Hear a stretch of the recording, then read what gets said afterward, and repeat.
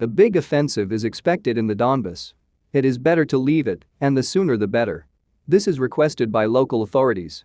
People tend to wait until the most acute phase of the war and only then leave.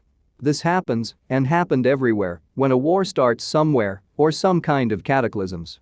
Especially the older generation, they don't want to go anywhere at all, and they stay. Often young people leave, leaving their parents, grandparents behind. And then they feel guilty for leaving their parents there. This happened regularly in all wars. And this is the reason for such large losses of civilians. Unarmed, it remains in the occupied city, and then it is destroyed.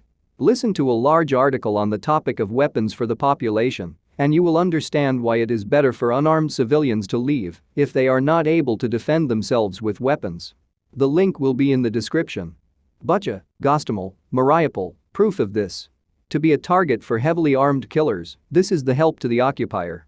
He carries out criminal orders and will report to his superiors on the successful destruction of the population of Ukraine. An unarmed civilian is a treasure for violence, torture, brutal treatment with impunity. If you do not have a weapon, then you can easily become a victim of some killer who will tie your hands and then shoot you. If you are a man, but not if you are a woman, this is not the end. You will run in own city without weapons, in a panic during shelling, and your hands be tied by armed killers. This is nothing but helping the Nazis.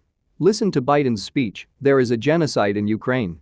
Genocide is the deliberate destruction of an entire people. This speaks volumes. This means that if suddenly you cannot resist, no one will feel sorry for you. Now remember the Jews and the German fascists. That's what it is, genocide. While they were unarmed, they were destroyed day and night, without stopping. And only when the Jewish people matured to at least some kind of resistance, this process slowed down. That's why in this war against the fascists of the 21st century, the most important thing is resistance. So that the Russian military could not finish what they started to completely complete the genocide. Meet the fascists with weapons or save your life. You are the Ukrainian people who must preserve their ethnicity. If genocide is committed against you, then there will be no Ukrainian people. The occupier's mission is genocide. Therefore, it makes no sense to hold rallies against them with a poster.